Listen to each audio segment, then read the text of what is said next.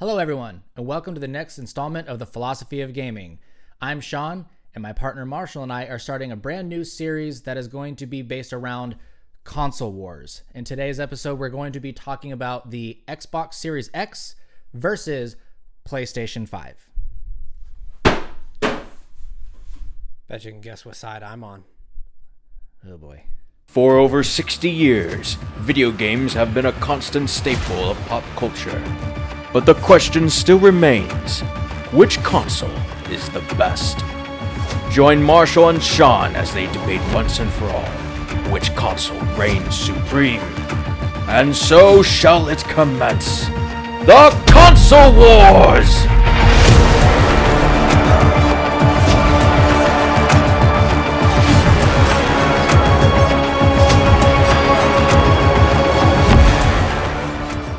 So clearly, Marshall's on the PlayStation side. I'm on the Xbox side, obviously. Yeah, I think we've established that. Yeah. Let me say this before we kind of get into the nitty gritty of it. I don't have anything against PlayStation. I've been a PlayStation guy most of my whole life, and then it's been fairly recently since I've switched over to Xbox. So all of the points I'm going to be making against PlayStation in no way doesn't mean I don't like PlayStation. I still love it. And I'm on the same page. I love Xbox as well. I've always been a PlayStation buff, as we both grew up on PlayStation. But I mean, Xbox is great too. They have some good exclusives. But today is we have a difference of opinion today. Today's a day right. for combat. Okay, so why don't you kick us off, Shawn? Yeah, so let's get into first a little bit of the system capabilities, kind of get some of the dull stuff out of the way. They are pretty close to neck and neck. But almost the same. I think I'm going to go ahead and just do a quick rundown here of what I see. So both of them have the backwards compatibility, and that's huge for both of them. That's something that players have been wanting from Xbox and PlayStation for a few generations now, I would say, right? Yeah, is that all you have to say about backwards compatibility? Is there something that I'm missing? Yes. I will concede that only the Xbox can actually be backwards compatible with potentially every system of Xbox. PlayStation 5 is only backwards compatible with discs that are PS4 discs. So not PS3. Right. But we'll get into some more later. Okay. But that is one point. That's actually a pretty strong case. I know. That I didn't even know about. But it's always been a problem, and I feel like it is not something we can pass up, because that is one big reason to buy an Xbox. Okay. If you want to play the old games, it's there. You can do it on the new console. You don't have to have the old console, so that's really cool. Not to mention the Xbox Game Pass has a lot of the old games on there too, but that's a point we'll get to. Oh yeah, I was going to say, are we getting into it now? No, we'll get into that to a second. So as far as the CPU goes, they're basically neck and neck. However, the Xbox has a 0.3 gigahertz advantage over the PlayStation. Very minimal. Probably won't even matter, because PlayStation games are optimized better. Now, I'm not a tech wizard, so what is GPU? A GPU is a graphics interface. So it's your graphics card, essentially. Got it. So the PlayStation GPU is 10.3 teraflops, whereas the Xbox is 12. That's a significant difference, right? It's not significant. It's pretty small. And like I just recently said, optimization is key here. Teraflops is a relatively new term. It's not something that you would ever have on a PC. So it's kind of a weird way to put the graphical capabilities, but let's just say that it is about a 10%. It's a 10% increase. But what my point is that optimization on PlayStation exclusive games is generally better than it is on Xbox exclusive games. Just in how well it accesses the memory, it loads, all that kind of stuff. And that's to be debated, but the difference is not big. Okay, so generally up to this point, though, Xbox is... I said 10%, 20% difference, objectively better so far based on what we talked about. Well, RAM capabilities, both 16 gigs. They're exactly the same. DDR6? Yeah. Yep. 16 gigabyte. Storage is the same. They're both a terabyte each. Nothing really there. resolution's the same, frame rate's the same, and they both have the Blu-ray capability. So yeah, they both have 8K capability. They both have 4K 120 frames. So, I mean, most people are never, ever going to hit these maxes. Not only, first of all, because most people don't have, I mean, a lot of people don't have 4K TVs that do 120 hertz. I don't.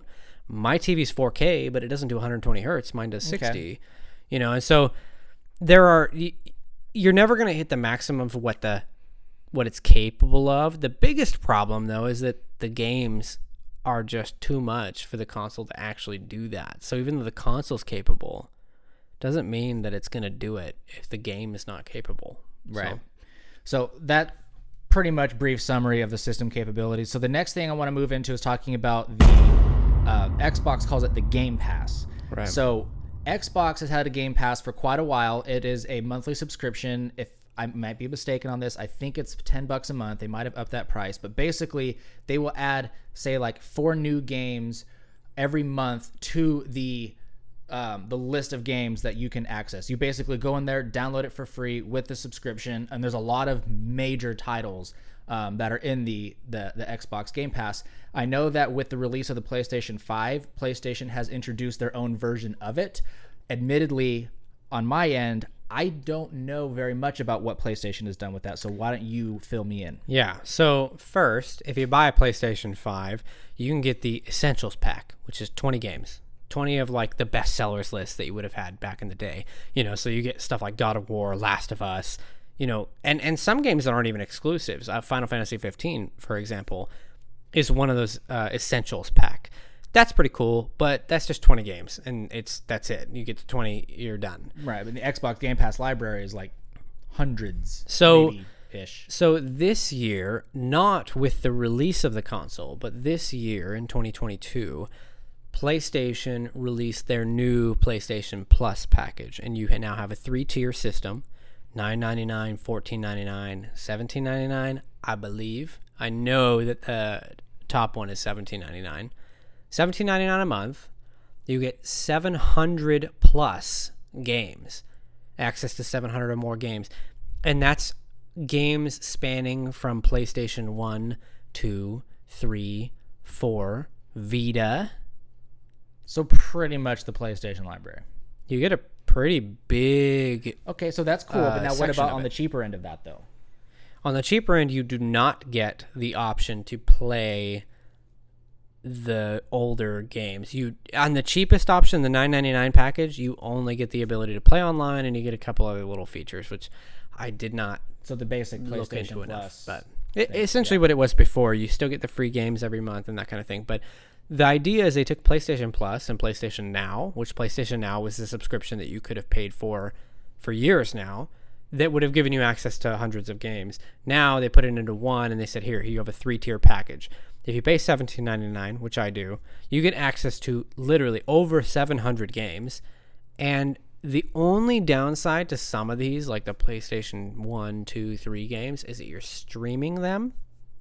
And so it takes a few minutes to boot. Xbox actually has, I think it's in like a beta version of that right now, but they have like, I don't remember the name of it. I think it's something like Xbox Game Pass Ultimate or something like that, where they basically have their entire Xbox Game Pass library available through a cloud-based streaming system. I don't think it's actually, I think it's still kind of in like a trial phase right now, but they are doing the same thing. I would say even when it's not in a trial system, and from what we've seen from Google Stadia and Is there a lot of issues and with from it? this stuff, dude, streaming is not the way to go. You do not stream a game. You should have that game, because streaming it is not going to be a fun experience for you. I tried to play, you remember Disgaea, those games? So I tried to play Disgaea 3.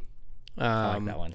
Took me almost a minute to get to the point where it was like, okay, time to like, from the screen where you pick your game, clicking it, to the point where I was like going into the game itself, like going to the point where I was seeing whatever ads or, you know, like seeing the publisher and stuff like that. That took 1 minute. How does that manifest? Does it just seem like it's like longer loading times, or does it actually have like some sort of like a buffer wheel or something? It's longer loading times, and I think that's the biggest problem with streaming, and maybe we'll do a video on streaming video games as a whole, but turned me off to the experience immediately. We can basically call that feature a wash for both then, I would say. I would say so as well. So you look at the difference between the two. I mean, with PlayStation Plus $17.99 a month, you do have a lot of games that you do not have to stream. There are lots of games you can download. It's certain ones you have to stream, and usually they're the old ones, and that's what sucks. So that's cool. The fact that they have a library that goes that far back into the PlayStation For sure. Catalog, I would say that is a plus that PlayStation has, but they're also charging a premium for it. They are, but I mean, who's not paying? But here's the thing, For though, too, stuff though. now. If on Xbox, if you have had all of those old discs from the games that you've You loved, can still play them. you could still play them. Most So, of them. yeah. So Most of them. It's I don't know how much more debating we can do necessarily on that. I don't either. I kind of agree in certain aspects. One game that I really love, I don't know if you've ever played. Oh, no, you don't like Lord of the Rings. No. But Lord of the Rings: The Third Age was a game that came out on GameCube, PS2, and Xbox original. If I want to play it today, the only way to play it, other than playing it illegally on a PC, is to play it on an old console or buy the Xbox version and play it on an Xbox One or an Xbox Series X. Another point for Xbox. And I did yesterday purchase that game off of eBay for like $10 because I want to play it on a new console. I don't want to play it on the old stuff. So Okay. so I will at least give it that point, but I don't think that that means that the console is better. And I have a couple reasons why I feel that way. First of all, it's beautiful. Look at it, right? It's a beautiful console. It is. It's a That's way all better purely looking console. subjective, though. Okay, it's not subjective. Cube, man. Do you like cubes? It's a cube. You have a cube. It's not a cube. Mine's sexy. A cube is basically the same dimensions on all three sides of it, and it's not. It's rectangular. It's a box, but it's not a cube. It's not rectangular. It's a rectangular prism. If we're Nice. We don't need to bring geometry into this whole Apparently thing. we do. My geometry cannot be just named. Okay, so on this PS5 here. So anyway, first of all, the very operating low hanging fruit sort of an argument in favor of PS5. that was just a small one. You just wanted to make it bigger than it was. I just said cube. Okay, if we're gonna talk about design for a second, what?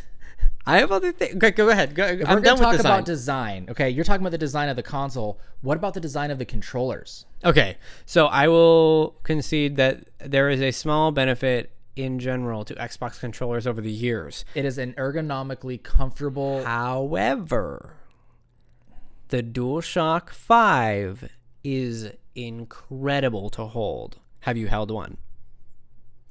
I don't know. whether or What's not the I- difference between an Xbox One and an Xbox Series X controller? Nothing. Why fix Exactly. something that's not broken? It was obviously not perfect yet. I think it worked. I don't think it needed to be upgraded or changed. I think that the way that the controller is designed is optimal. Okay. I agree it's a good controller. I will not say that it is not. It's a great controller. But the PlayStation 5 controller is incredible to hold. It's incredible to look at. Everything about it is great. Also, what I was going to say before is the UI of the PlayStation 5 actually looking at the screen is wonderful, seamless, beautiful, and all I've ever known from Xbox is garbage UI. Okay, yeah. Even though I like Xbox. I will concede that because they think the UI for the Xbox Series X compared to the old Xbox One, there's really like no. It's almost the difference. same. It's the same, Yep. which could be beneficial, meaning you don't have to learn a whole new UI system. But it's I would say that it's substandard compared to the way the PlayStation UI is. The UI difference between those two is almost nothing at all. The UI difference between PS4 and PS5, it's smoother and looks nicer, but it still operates the same way, so you don't have to learn anything new. Obviously, these are small quips that I have with it, but it's very, very nice. I will at least say that. Yeah. So I think that one of the biggest points of contention between PlayStation and Xbox is going to be the exclusive titles, which I think That's a win over here. I think that we're going to get to that in a second, but I just wanted to bring up one other point before that. Sure. That you're going to have to agree that Xbox is better at, because it is. Tell me. Mod support. Well, it supports mods. Right. So here's from how I understand the way that Microsoft and Sony does their mod support. I remember this from back when I was playing like Skyrim and Fallout. Granted, this is on the Xbox One versus the PlayStation 4, but I believe that the way that the companies have still done their mod support is the same today. I could be wrong. Fact checking. Let me know in the comments. But I remember one of the reasons why I switched to Xbox is because I was playing, say, Skyrim on the PS4, and they have their whole mod. There's your problem right there. Hold on. They have their whole mod support system where you go and you get the sponsored mods. The problem is, though, is that on PlayStation, all of the mods that the authors can make for that game has to be derived from the original vanilla content of the game. So meaning you can't actually create anything new and original in a PlayStation game. So like, for example, in Skyrim, there's a scene like where there's ballista turrets that shoot like large ballistas or whatever. Now you can take that animation and turn it into a spell where you can cast a ballista, but you're basically still taking the same animation from the game and just making it different. You either change the way that the color renders on something, you change like the values of something, but it's all the same. Whereas in Xbox, the mod authors have a lot more creative ability to write their own new mods. So like, for example, you can get like a Lich King armor set in Skyrim. Brings up that World of Warcraft. That you can't get on PlayStation because Xbox supports those kinds of mods. Granted, neither of them hold a candle to the way that PC does mods, but that's a whole different beast altogether. And that's the only place that I have a point of contention there, is that the company that makes Xbox is the same company that has Windows, which allows you to do all these things. Microsoft. Yeah, but Xbox is still wildly restrictive compared to the way that PC games are, though. But we're not. But okay, yeah. Well, then you lose to PC. But this is not a battle between. You're right. PC and Xbox. But I'm saying, if your point is that Xbox is made by Microsoft. My point is, of course, they allow more mods because it's the same framework. I think that PlayStation has an actual like ethical reason for not supporting it. Something along the lines of originality in their games. They actually have like a policy that says that they're not going to support it, not because of capability, but because of how they... That sounds like something Nintendo would do. Oh, snap. I just remember looking into it in depth when I was like, why does PlayStation mods all suck? And so then that was the reason why I switched to Xbox. Yeah. And then from there, I just started falling in love with it. Like I said, I like both, but I think the last point here you already mentioned, exclusive. It's not the last, but it's going to be a big... Oh, he's going to try to get me with I have something one at the more end. final point after that, but let's start with the exclusives because... Okay. Because clearly Xbox loses. It has lost. It is not a question. Here's the thing, the way that I see it, though. I mean, I know you're going to make more points about it, so I'll just kind of go first. Maybe. I am not overwhelmingly crazy about any of the exclusive titles for either one. Now, if I were to choose which ones I like better, it would be PlayStation. So, like, I know that the original Ratchet and Clank games and Sly Cooper, those are PlayStation exclusives, but those titles haven't really done anything new that I really care to give a damn about. No, I agree. Those dead IPs. But the newest one, though, that PlayStation has that The Last of Us is good, too. It's been a while since I played it, but Horizon is a big one. So that's a big one. Horizon is one of the biggest games of PlayStation You're gonna say of all God time. of War. I know that. Next is God of War. Any Xbox connoisseur would counter all of that with Halo. I don't like Halo. I think I've expressed that in the past, but clearly, because otherwise you would lot not of be people fighting do. for it right now. Because Halo Infinite was the biggest flop of its time. There was a lot of big flops in the past few years, but I'm just Halo saying, itself man, is a big... it was pretty bad, and that game is good, but look at a game, and I have a feeling I know what you're about to say on the last point here, but look at what games does that compare to. It compares to games like Call of Duty, right? And Call of Duty is not exclusive to one console. It is not a flagship IP from either one. Hold up. So I think that when you compare those two, which one won? Well, clearly we know which one won. Well, okay, but it's not Halo. If we're just going to talk about exclusive titles, though, for both consoles, the ones for Xbox, I think, really have the biggest impact on the gaming community. I mean, I could think of Halo and Gears. Those are pretty much the biggest ones. Forza's Xbox. Yep. I don't play racing games.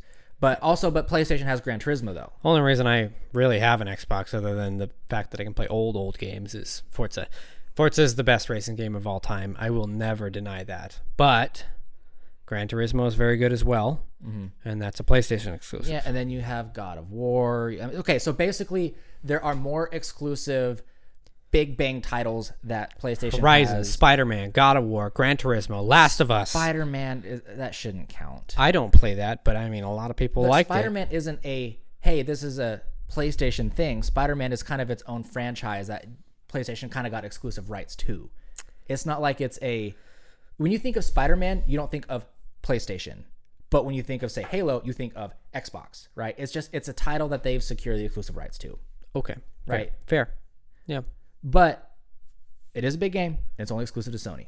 So for a long time, there were exclusives in different larger IPs like Final Fantasy and things like that. There was a point where only that's what's been so crazy about gaming these days, is that a lot of the exclusive titles have been broadened out so widely for all of them. You look back, dude, Final Fantasy started only on Nintendo consoles, but also only Nintendo existed. And then 10 years into PlayStation's life cycle, they switched over, and all of them became PlayStation Was it PS2 exclusives. or were there any PS1 Final Fantasy games? There were multiple PS1 Final Fantasy games. Final Fantasy... Where did it start?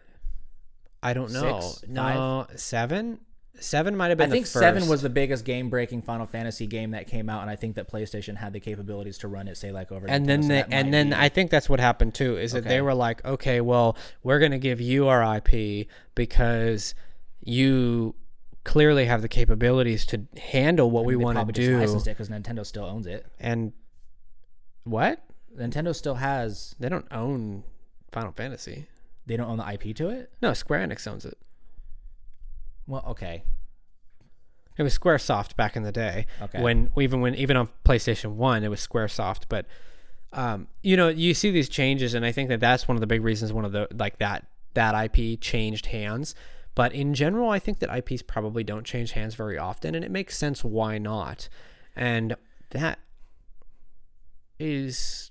I think in the grand scheme of things, though, when we're debating the differences and the pros and cons between PlayStation and Xbox, if you're the kind of person where the exclusive titles is make or break for you, then yeah, probably PlayStation would probably be the better choice. But if you don't care about it quite as much, like myself, and I would even argue maybe you in the grand scheme of all the games that are available, there's really nothing that makes or breaks one over the other when it comes to exclusive titles. I think it's just some that are better than others. Right. So, for example, I haven't played Horizon. I know it's going to be a great game. But let me say this real quick. Arc 2, Xbox release exclusive, though. So it's because it's designed on a Microsoft platform. Arc 2, though. Xbox has Arc 2. So for me, that's when awesome. It comes to exclusive titles, that does make or break it for me. For me, I look at all these games that are PlayStation exclusives. I'm like, well, I play Gran Turismo, but I prefer Forza. So for that reason, I'd go Xbox. But God of War is one of my favorite games of all time. So of course, I have to have it to be able to play that. And I think at the end of the day, as much as I want to have a battle here and a war, both is the right answer. Yeah. But I will still lean PlayStation in almost every way because there aren't many. That's the only exclusive. Forza, that's the only exclusive game that I care about on PlayStation or on Xbox. Yeah. I do like Halo. Until you play Arc 2 for the first time with me. Yeah, we'll see about that. Well, I think that brings us kind of to the final point. Okay. And this is a big one. Yeah, I think I know what it is. Yeah. Is the Activision and Blizzard acquisition by Microsoft. So Xbox owns... Let's just talk about the will own. The will big ones. own. Does not own yet. Call of Duty, which has been arguably the largest game-breaking game in online play history, arguably, but it's between that I could and argue Halo. Shooter, yeah. Right, yeah, for like shooters. But like when it comes to online multiplayer play, Call of Duty took the world by a storm, and now Xbox owns it. Not yet. They're going to own it. Right. And Blizzard, which is huge. Yeah. You don't have to tell me how big they are. Yeah, Mr. World of Warcraft over here. My favorite company to hate. And Overwatch for me, Xbox. I think Hey, that's I'm a also big deal. a massive Diablo fan. I'm a massive StarCraft fan. Right. I'm all right with Hearthstone, but I do like it. But World of Warcraft's my number one. I really like Overwatch. I've played a ton of Overwatch, so. But I think that it's weird. The It's important weird. thing to note about the acquisition, though, it's not like all those games are going to be exclusive titles to just the Xbox. I think what's obviously going to happen, and because PlayStation has already signed a new deal for the new Call of Duty game, is going to be Microsoft is ultimately going to license those IPs to Sony, which just basically at the end of the day means more money in Microsoft's pocket for, say, work that Sony would have to do. And I have a feeling that we will never see a game, an IP that was created on its own from Activision, Blizzard, companies like that, or Ubisoft, all that, EA. We'll never see one of those IPs get purchased and then strictly be on I don't that think so platform. either. They will always cater to both. I think that there's a chance that sometimes some companies will allow cross-platform on some of these, PlayStation and Xbox exclusives, but I do not think it will be very common. But I will say that any IP that existed before they were a part of one of these two companies is always going to be cross-play, because why would they stop it? And that's kind of the ultimate thing too, which is why, at the end of the day, I think this debate is ultimately frivolous, because it's just a matter of preference. Because at the end of the day, Xbox players and PlayStation players are going to be able to play the most popular online titles cross-play together with PC and now even Nintendo, which I will admit, just even a few years ago, I was debating friends about this. I never thought that we would actually see cross-play between Xbox and PlayStation. I could see Xbox and PC, but I never thought that they would actually get on the same page and do that, which is huge for gaming, which means that the world is just pretty much nothing up for the taking for everybody. I think that's the thing, is next thing you know, you're going to be able to play every game cross-platform as long as it's available on both platforms, and there won't be any restrictions between who you can play with Pokemon who. Red on PlayStation while I battle you on Pokemon Blue on X. I'm kidding. That's probably That never is going to not happen. never going to happen. But they won't even put Red on the Switch, dude. But I think that that's the basic point, though, is that it doesn't really matter which one you get. You're never going to go wrong. But it is kind of fun. Kind of like you have like the Chevy versus Ford truck guys that kind of talk about it. There's pros and cons to each, even though Chevy's better. But when it comes to Xbox and PlayStation, I'm not arguing. I drive a Tacoma. I see on social media a lot about a lot of Sony people really hating on Xbox. And to me, it seems like if you're on the side that's complaining like that, are you the that loser? usually says that's the side that's losing. Maybe. They say, oh, look at Horizon, look at this, look at that. And then what has Xbox done? Well, Xbox is still Xbox. It has everything that it always has. Yeah, but they aren't putting out the exclusives in the way that they were previous generations. Xbox 360 was the last time that Xbox won in terms of... Xbox has been putting out a lot of like brand new titles. Did you watch the... But that's because they bought about 35 companies 2 years ago. But that could lead for a wave of brand new games the world had never seen before that could be like really popular. Because I was watching the Xbox showcase back in May, whenever that was. There's a lot of really interesting new Xbox exclusive titles. They just haven't gained the popularity yet, mostly because they're not even out yet. Here's something for the viewers too. PlayStation obviously has no stake in Microsoft, right? They're their own company. Sony is their own company. But they have some of their exclusives like God of War, right, now available on PC, on Steam. So what I was just saying a minute ago, we won't see the exclusives come to other consoles, will we? Because if Sony's willing to go to PC with them for sales, maybe they will strike some sort of deal up, and over a couple years' time, after a game comes out, they'll release cross. So basically, all exclusive titles are just going to basically be non-exclusive anymore. Makes the money off. They'll just be exclusive day one, and then a year down the road, they say, "Oh, it's coming out for the other console." Maybe because they did that with God of War. It took a lot longer, and it only came out for PC. But PC is owned by Microsoft, or Windows is owned by Microsoft. So I don't know. What's the next logical step, right? Is to both of them to figure out some deals where 1 year in, we let our games go to other platforms. But then you think about Halo. I'll say it right now, Halo will never be on a PlayStation. Ever. Right? I would love. I mean, how I would agree crazy with you, would that but be? I've been proven wrong before in the past. Well, yeah, so I know, I'm not going to but say never to anything. But how crazy would that be? So I could see some things changing hands, but not everything. And not changing hands like this, what you would think it means, but sharing. I would see some things sharing, like God of War has already shared a little bit. Well, why not share a little bit more? A year after this game comes out in November, the new God of War. Well, maybe a year from now, when it comes out for PC, they just release it for Xbox too. I mean, they're just going to get more sales out of it. Why not? Yeah. I mean, I think at the end of the day, the ultimate winner here is us. Is capitalism. Because you have a market where you have because Xbox has been, I know PlayStation's been around for like 30 years. Xbox more like 20. Yeah, you have these PlayStation 1 came out in 94. These massively awesome gaming consoles that have been competing for so long, and we are the ones that get to win at the end of all of it. Because gaming has grown massively over the past few generations. So thank you to both. Yeah. But I think Xbox is better. And I think PlayStation is better. And thank you. And we will cover content for both. So make sure that you keep on watching us and subscribing. We got multiple shows. And this one is Console Wars. Let us know your opinion in the comment section. I think that there's a lot of different things that we probably didn't even get to. So if there's a point that you have to make that is outside of the points that we made, we want to hear it. And maybe we'll make another video about it. And until next time, we'll see ya.